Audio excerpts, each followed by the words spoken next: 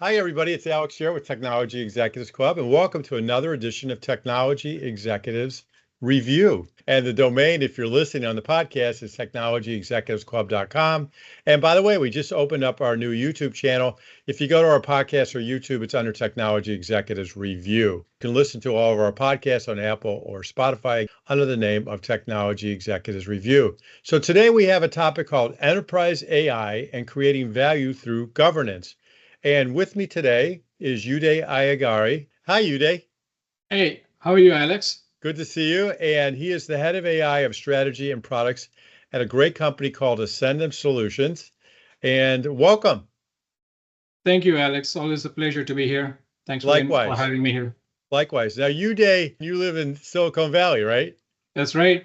And he's been a long-time Silicon Valley executive. Currently, he's founded and is growing the AI advanced technology practice at Ascendum. And you help companies not only leverage that, but strategize, go to market with stuff, whether it's their internal product or customers, but also in areas of, hey, how do we just leverage AI? How do we do better in data and data analytics, correct? That's right. Yes, absolutely. So it's AI, ML, all the exponential technologies that includes actually augmented reality and AR, VR, as we call it. And, so should we be doing this with our headsets next time?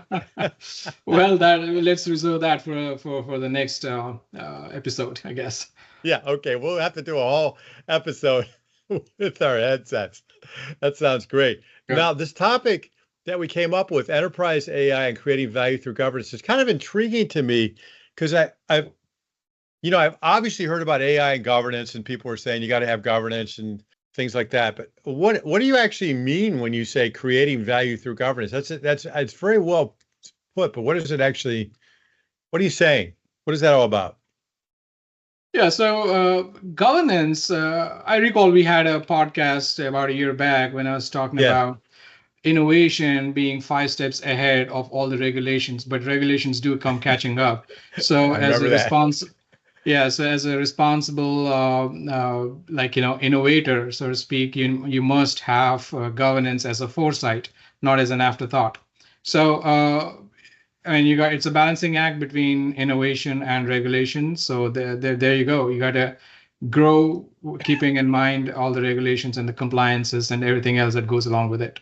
That's interesting. Now, typically, your customers that you help, I assume they're kind of a mix of people that are doing go-to-market with AI. Maybe they've got APIs that are tying into their product, but they're also just regular companies, manufacturing, healthcare, those types of organizations that are just want to do a better job or even an innovative job with this new technology. Am I right? Is it sort of both kinds of markets? Yes. It's actually, we sit in the ecosystem where we are right central.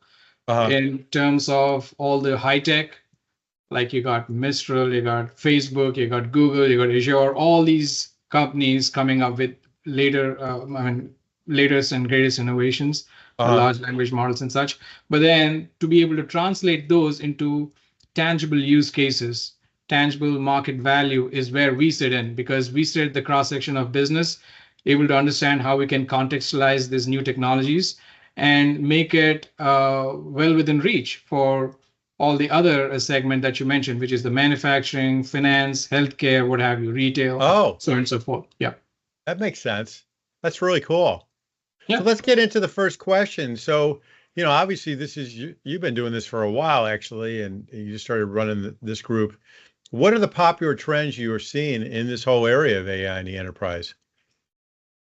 Yeah, Alex. So even though AI has been around for a while, it's just been progressing so fast, it's hard to keep up pace with the innovations. So if you think about generative AI, which I'm sure all of your audience will be familiar with, unless you are maybe under a rock or something, AI is pervasive, right? Its impact in the enterprise across industries is absolutely real.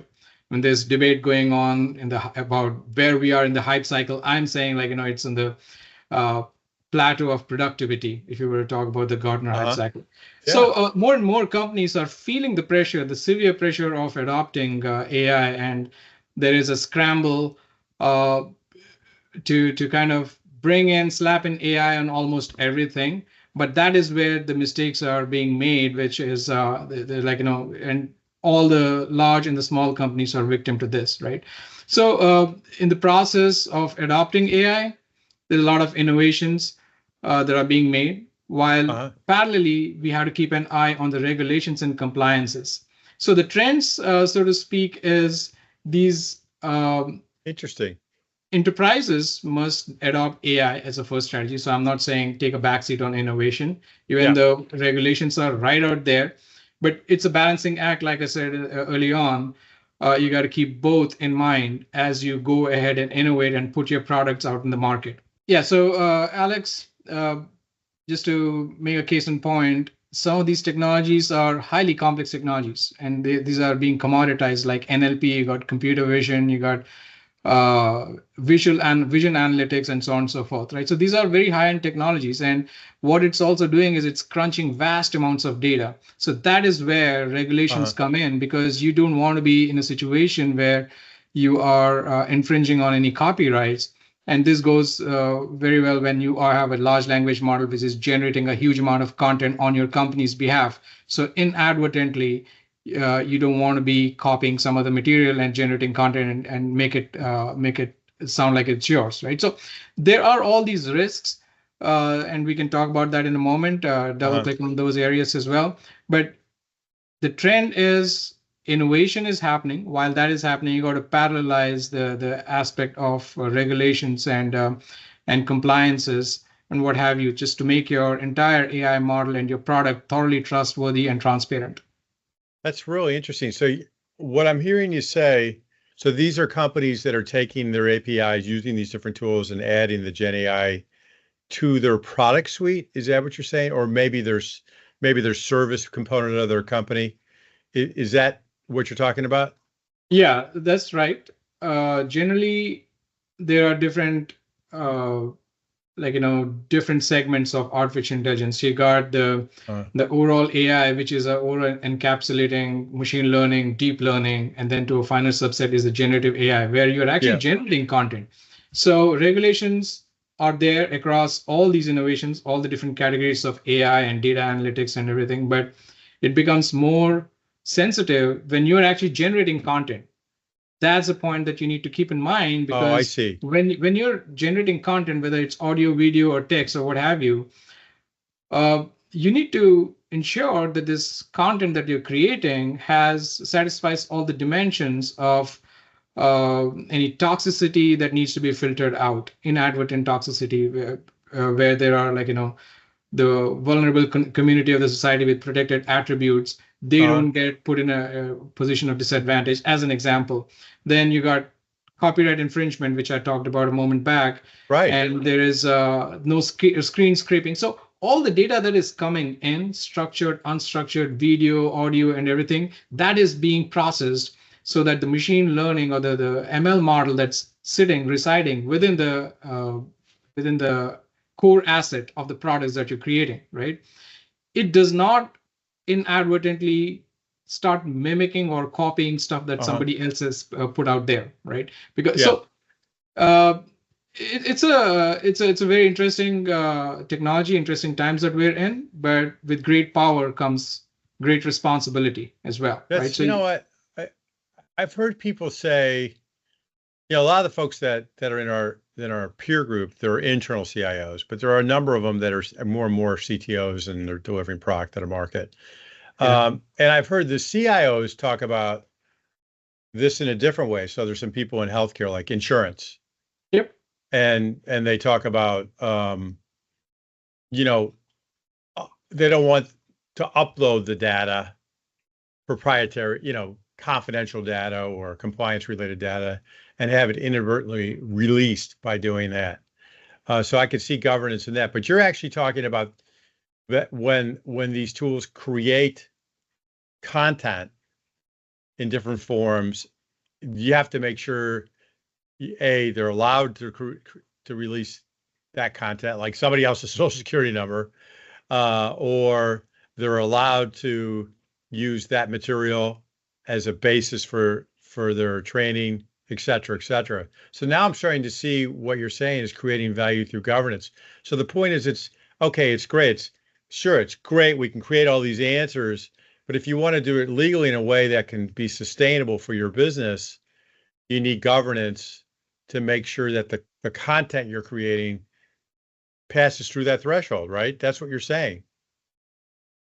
Yes. So I think you touched on a variety of topics there. One is the structured data, which is coming out of your backend ERP systems, as an example. I'm basically indexing on the point when you said your balance sheets and your sensitive financials, right? So obviously those are governed by, you have full control over it because the data is more or less like originating within your company.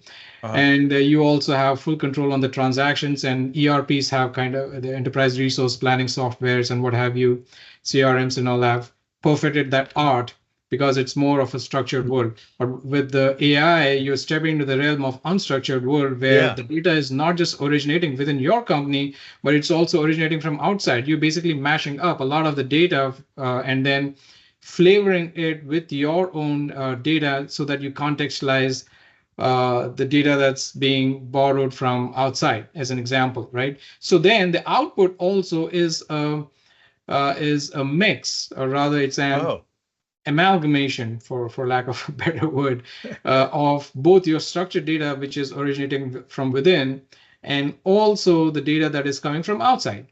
So that is when you have to be very sensitive about whatever the data that is coming from outside. It's processed responsibly. It's processed very carefully so that you maintain trust and you maintain transparency, and also you maintain accountability. Because you, as an enterprise leader, when you're talking about adoption of AI within the enterprise, the buck stops with you. So there are a lot of governance frameworks, and we can talk again about that in a moment. But there are frameworks because there's nothing like a one-size-fits-all kind of approach. So everything is very customized, tailored to your specific environment. But there are some guidances and guardrails that you got to stick within. And most of these are driven and dictated by the regulations that different countries have or different industries have. That's really interesting. Well, let's get to the next slide. That was a good segue to this part of the conversation. You mentioned regulations and compliance. Why don't we go ahead and discuss that? If you could discuss some of the most impactful regulations and compliance requirements in AI governance and how they might differ across industries. Yes. So, Alex, good segue indeed. I think one of the points that I'd like to mention is I'm doing a SWOT analysis for one of our key clients. SWOT, for those of you who probably not so familiar with, is strengths, weaknesses, opportunities, and what are the threats, inherent threats. Threats is something that obviously by nature of the topic, we need to focus on, and because if regulations are not adhered to, if you kind of take a backseat on some of the best practices, which is what we help organizations adopt, right? It very quickly might turn into some undesirable situations, which you can talk about. Now, as far as regulations are concerned, they come in various different flavors, right? So you have the global landscape where AI governance is rapidly evolving. There are different regions adopting varying levels of regulations and controls. EU, for example, Europe, is at the forefront with a proposed AI Act, which advocates protecting its citizens at all costs. So much so, I would actually go ahead and say this. One very popular, actually, I'll take the name, Eric Schmidt of Google had said that Europe, we told them to adopt the innovations and we told them to keep the regulations in mind. Well, they've defocused on the innovations part, but they're all about regulations now, to a point that it's Europe is irrelevant. And this is quote unquote from Eric. So I mean, the point that I'm making is Europe has kind of indexing a lot on the various risk categories, like imposing strict restrictions and requirements such as high-risk applications, biometric identification, critical infrastructure management, and employee decision-making models and such. So that's Europe. United States has typically and traditionally always been at the forefront of the bleeding edge of technologies and then driving adoption also into the market across various sectors. But what US lacks is a unified approach, but has a sector-specific regulations like FDA's guidelines and such. And there are different states having their own norms, like California has CCPA, which directly or indirectly impacts the AI governance model. But all these things have to be, that's why I say one size fits all does not work, depends upon the region, which industry you are. That actually brings up another good point. Industry regulations. You got HIPAA for healthcare, which everybody knows. The HIPAA guidelines advocates deep private data privacy and security while handling patient data. That's just healthcare, in addition to all the other PII and all the other regulations and requirements that you need. Finance has Security and Exchange Commissions. The Federal Reserve in the US has mandated certain AI applications needing to comply with rules and fairness of transparency and accountability, which brings back the earlier point that I was mentioning.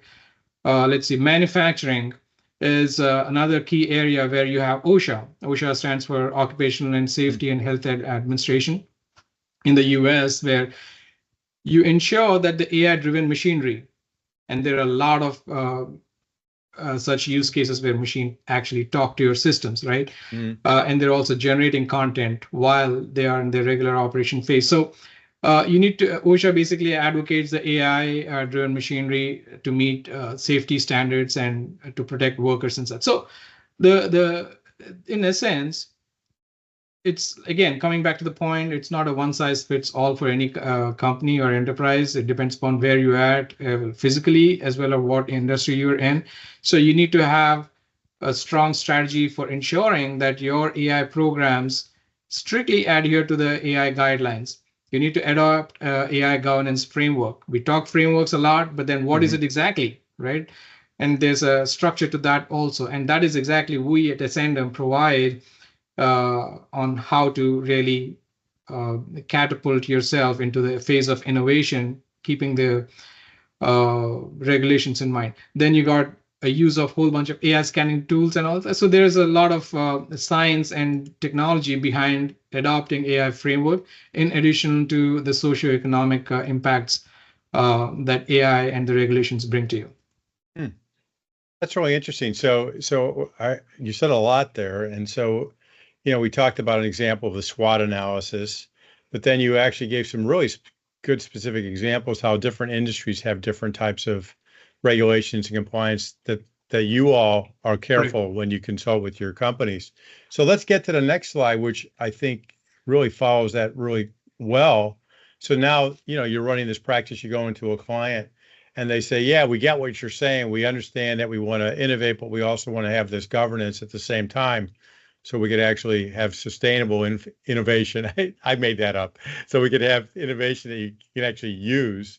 How do you help them? How do you actually integrate this governance framework into, the AI projects to ensure what you're talking about, this responsible and ethical AI solutions? How do you help them do that? Yeah, sure. So Alex, let's take a step back and start off by discussing the components of AI governance framework. Okay. That's essentially what we provide, right? So there are three main aspects to it. One is the adherence to the ethical governance and the guidelines. Then there are AI ethics committees that you need to form within your company, and the skill set and the people, the members who form these committees are not essentially technology driven. They are more from the business side, so that there's a business oversight that's provided to all the technology innovations that's coming.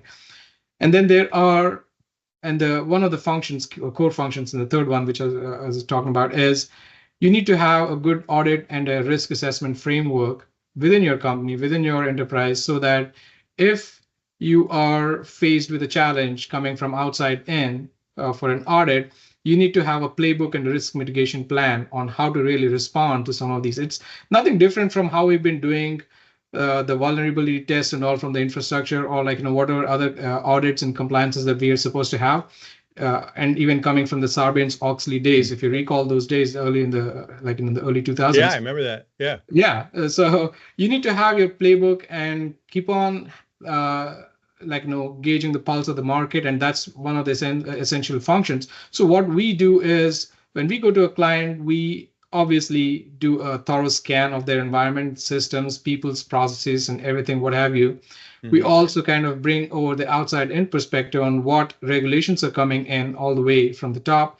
And there are some case studies also, which are very important for every company to kind of be aware of, right? Because there have been some incidents in the past where companies like Uber have faced severe penalties because of some of their ML models disadvantage the consumers. Same with Google. I didn't know that. Same with Microsoft, right? Yeah. And we can go into the specifics on what exactly those incidents were. And for those who have been very close to the news and the adoption across these industries would probably know what I'm talking about. But the whole objective of our exercise when we engage with a client and putting these governance frameworks together and then putting it in place, including the technology aspects, the portfolio and the programs that you probably already have in flight, or you're probably starting off with. You need to embed AI governance frameworks, which is what we advocate, and we have some very specific tools through our own methodologies and through partnerships. You need to embed those into your overall approach. And the output of those and the objective of those is ensure compliance, ensure you manage risks in a very fair format way so that the next day is not like a big surprise for you. Yeah, nobody wants surprises unless it's the stock, unless the price of your stock went up. Yeah, exactly. Nobody wants the price. That's really interesting. I got to tell you, I had no idea so much was involved. Yep. But it makes sense because when we meet in a peer group, a lot of the CIOs are saying, and even the CTOs are saying, yeah, the board is asking about AI. Everybody is pushing for AI. And, we're experimenting, with pilot and other things so we can get personal productivity, which Gartner says are just table stakes. But in terms of the really, really taking advantage, which is what you're helping clients do, they're all very much cautious. And for the reasons that you're talking about. So I think what you're doing is almost giving them, a way. A recipe. Giving them a recipe for success. You are, because I am hearing this in a lot of meetings. The CIOs, they're usually, what I'm hearing from them is they're usually the ones who bring technology to the table, but in this case, it's the opposite. It's consumerization of technology where like the cell phone or Windows, it transcended the IT department. It just showed up in everybody's hands, and they kept coming back to the IT and saying, we got to do this. And AI is the same thing. Everybody's already using it, even though you tell them not to. And so I know this is really a valuable resource that you're providing to your clients, because I'm hearing it all the time. We're just taking one step at a time. We're trying to figure out our IT governance, things that you're saying. And you're really giving them, like you said, a recipe or a playbook for success. That's really smart. And clearly, you know your stuff. I'm just listening to all your comments. I mean, you know all the different regulations for each of these different industries that you're working. I mean, I know from your background. And by the way, everybody, if you haven't watched Uday's other interview with me, his full background, you'll see why he knows all this stuff, because he's been doing this for a while. But let's jump to the other side of the coin. So you say, oh, we bring all this governance in, we're going to make sure that but the other side of that coin is, if you go too far, you could actually restrict innovation. And in some cases, I'm hearing in some markets, this innovation is going to be the key to success, because somebody in these markets is going to figure out, hey, here's a completely new way of delivering a service or a product using this technology. So how do you balance that? I'll read the question. How do you balance innovation and regulation in AI governance to ensure both compliance and competitive advantage is there for your clients? I think I asked it in my words, but that's what the same thing. We're saying the same thing. Absolutely right. I think if you think about it, what we started off in this conversation at the very beginning was every company is under severe pressure to adopt AI. Yes. And it's nothing new. You go into LinkedIn, it's the amount of AI information that's floating into your inbox is not even funny, right? So it's hard to keep up with it. But this is all real. I mean, these are all real assets out there. Yes. It's not just hype.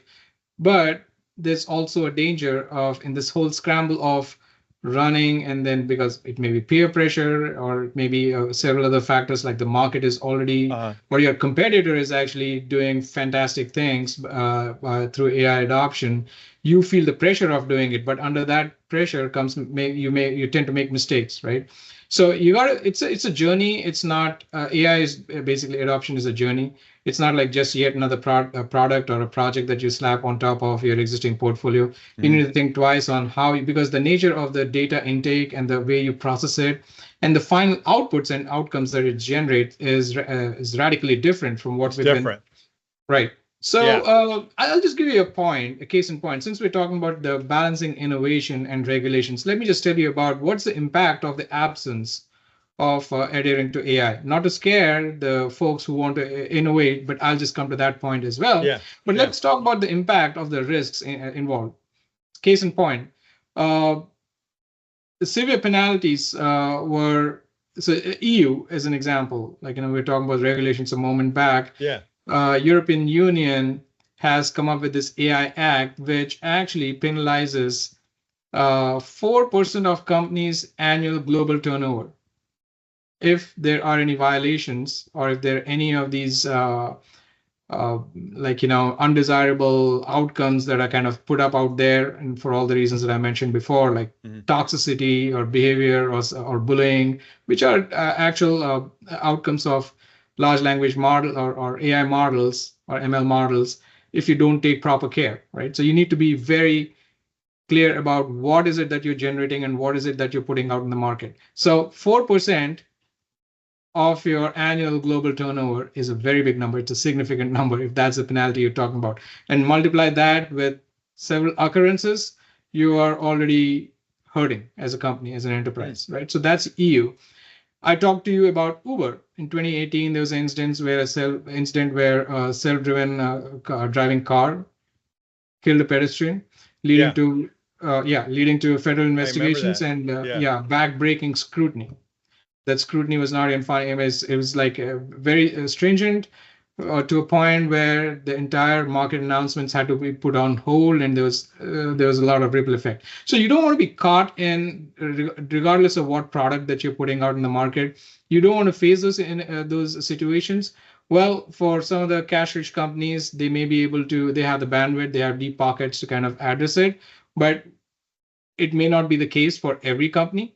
So you're better off having a trusted advisor like ourselves at Ascendum to guide you along the way. So that's one aspect to it. That's the risk part. Now let's come to the innovation part, right? So you don't want to be so scared that it stifles your innovation, because you'll be very quickly extinct if you don't innovate. I mean, we've seen so many large institutional companies kind of go down the wrong way and then kind of had to declare bankruptcy or chapter 11 or what have you.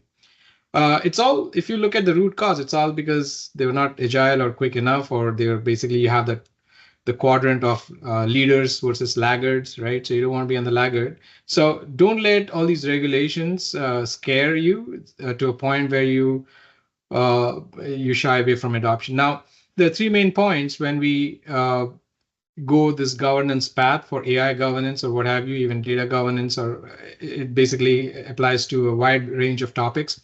You need to have strategic alignment. That's one. And then you have to be very proactive with compliance. That's number two.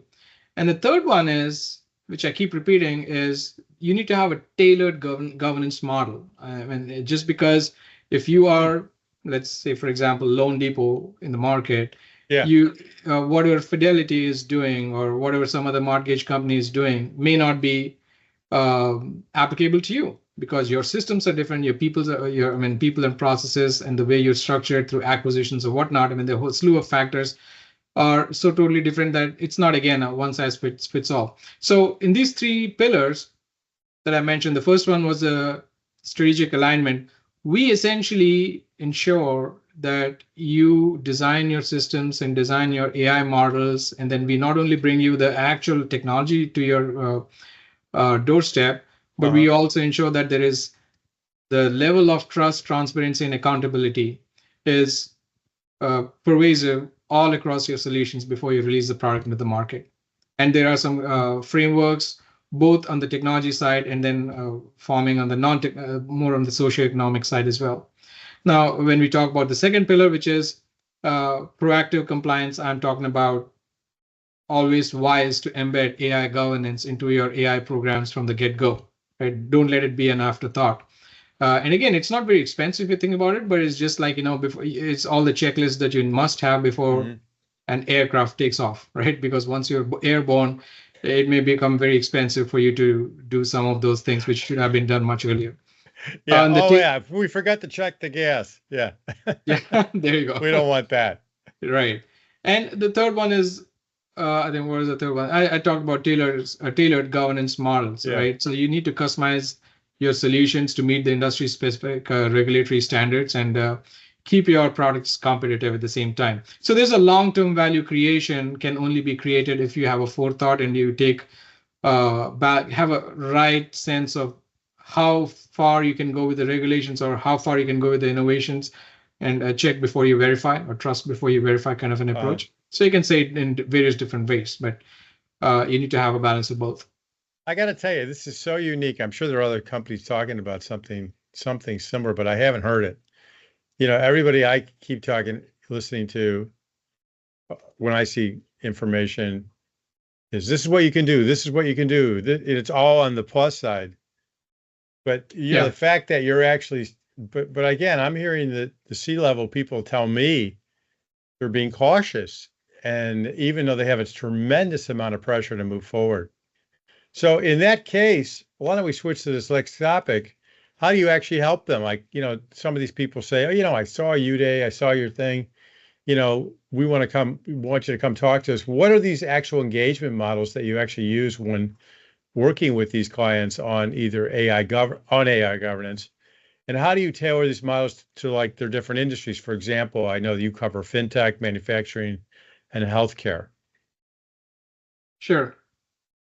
So first of all, we have this framework where we guide our clients through an entire generative AI or AI journey, where we have very quantified phases in terms of how we assess your systems, assess your team, and what are the skill sets required to perform that, and what are the key outcomes during the assessment phase. And what typically happens in this area is kind of do a peer review with your competitors in the market and look at what the government regulations are. And then once the assessment is done, we get into the execute phase, and then eventually once the product and the project is live, the story doesn't end there, because all these regulations keep on changing, they keep on evolving, but we essentially deliver a framework on how you really want to sustain those models. And even those models are also constantly changing, because it's not like plug and forget so you just need to keep a constant monitoring and then keep it in a sustenance mode. So how we exactly do this, the assess, execute, and sustain part of it, is we essentially have a deep survey, a questionnaire, and a starter package. And it's essentially a data sheet, which provides you with a stance on which direction that you're headed at, and then what's the recommendation. So what at the level 2, what goes into putting those assets together is we have some AI governance platform. We have some strategic relationships and partnerships with some product companies that entirely focus on several different aspects of the execution of the governance, where the platforms offer comprehensive tools for monitoring or auditing your AI projects throughout their life cycle. So that's one. We have AI scanning tools, again, through one of our partnerships, where we detect and manage any shadow AI applications, because AI is within the reach of the last employee within your organization, right? So we just need to ensure how do you maintain governance on that last employee who's been just kind of using ChatGPT over and over and kind of creating content using that. So how do you ensure there is governance imposed on every usage of some of these consumer-driven AI assets or AI offerings, right? So that is the AI scanning tool, where we comprehensively scan your offerings, and provide you with putting some governance on top of it. Because without governance, again, like you have 5 different versions of the same message that won't be very good for your enterprise. The third is we through our partnerships, again, the product that we have is it enables automated compliance checks where you incorporate automated data and development pipeline to ensure that the models that meet regulatory and ethical standards before their deployment is done. So models, like I said earlier, they need to be governed, they need to be monitored, because it's not like once you implement it or deploy it, it just keeps on running with the same levels of accuracy and ethical standards for eternity. It doesn't work that way. So you got to keep some checks and balances and keep on ensuring that it's called model shift or model drift in technical parlance, right? Oh. So you need to ensure that there are some technology assets that are a part of the offering that we have at Ascendum, in addition to all the frameworks and the organizational committees and all that I was talking about a moment back. So, yeah. Can you just repeat all that real please? I'm just kidding.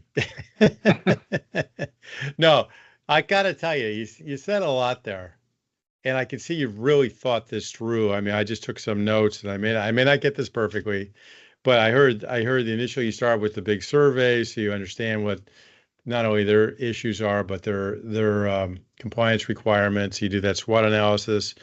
You have this starter package, which you can help with. You have this tool, which allows you to shadow to see if there's any AI out there that they don't know about. The last employee called it. You've got the different models to help them with, and you also reduce this. And after you work with them, you have the innovation models, and then you also help them work with them afterwards to monitor to make sure you don't have that. I think you called it model drift. You don't have the model drift.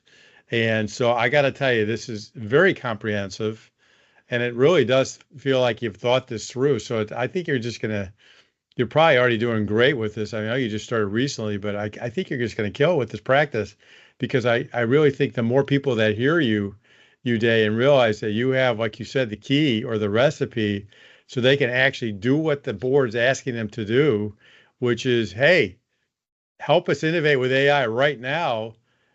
And then you got the CFO or somebody else that's more on the cautionary side saying, hey, wait a minute, let's be careful here, right?